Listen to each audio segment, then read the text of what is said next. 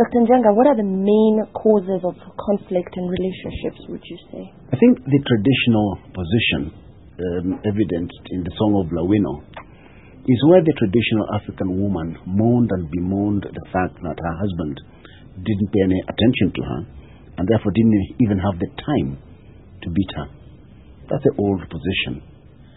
In a sense, there is a resurgence, not of the kind of thing that is described in Song of Lawino, but violent, aggressive behavior directed at women by men. But this I will tell you confidently, every single man that I know who has ever hit a woman is a weakling. What about when it's vice versa? What about when it's the female who takes on more of the aggressive nature? Without exception, when women become physically violent towards their men, they have an emotional or psychological problem. And in virtually all cases, it's complicated with the excessive use of alcohol.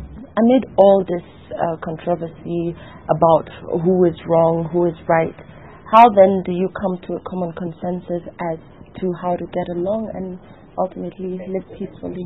People misunderstand the true meaning of a relationship.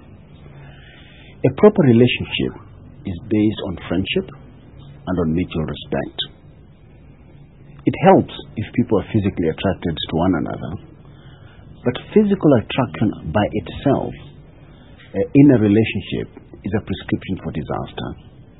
I would put friendship, in the ordinary sense of the word friendship, and mutual respect at the very top. And when a man and or a woman loses respect in the other, or when the friendship dies, then the relationship is dead. Friendship, respect. What are the most common habits that you would like couples to be aware are very damaging eventually to their relationships, such as snooping around on your partner's mobile phone or eavesdropping on his telephone conversations?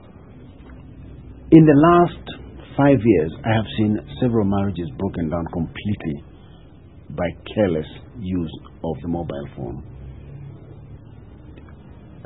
An SMS picked up wrongly from some place becomes the evidence that yes, you are seeing so and so, and yes, this is where you are.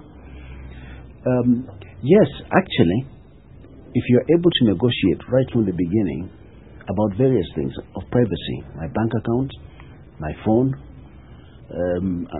and so on, then you will agree with your boyfriend or your husband that yes, my phone is you can have a look at it whenever you want.